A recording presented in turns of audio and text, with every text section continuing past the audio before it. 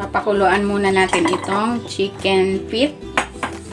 Lagyan natin ng tubig. Luya. Onion leeks. At maglalagay din ako ng asin.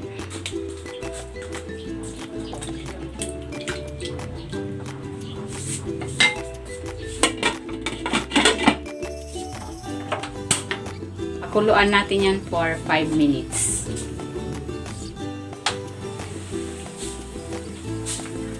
Okay na ito. Hanguin muna natin ito.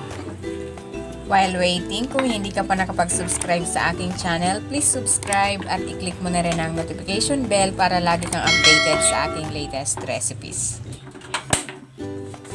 Maglalagay ako ng cooking oil. Igigisa ko na tong bawang.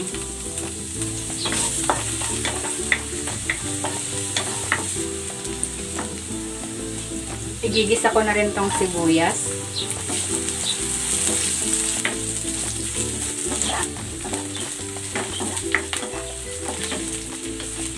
Ilalagay ko na dito yung chicken feet.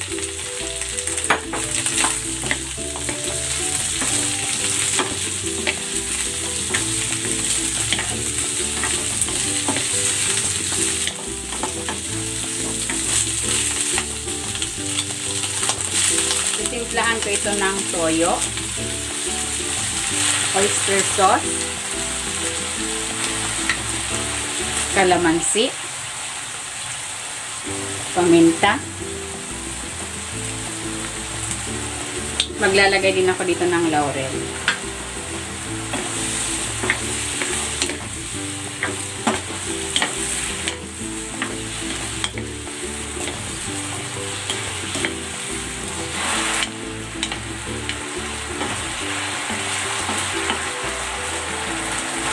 Lalagyan ko ito ng tubig.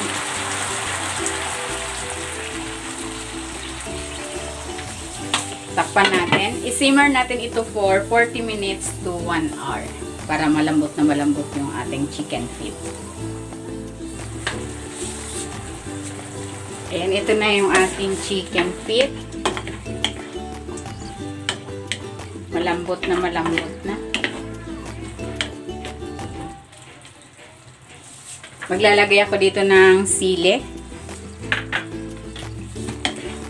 Masarap ito mga anghang.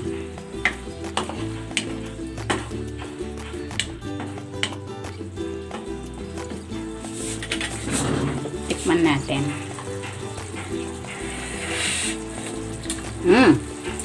Sarap. Ayan, luto na itong ating spicy chicken feet. Hanguin na natin.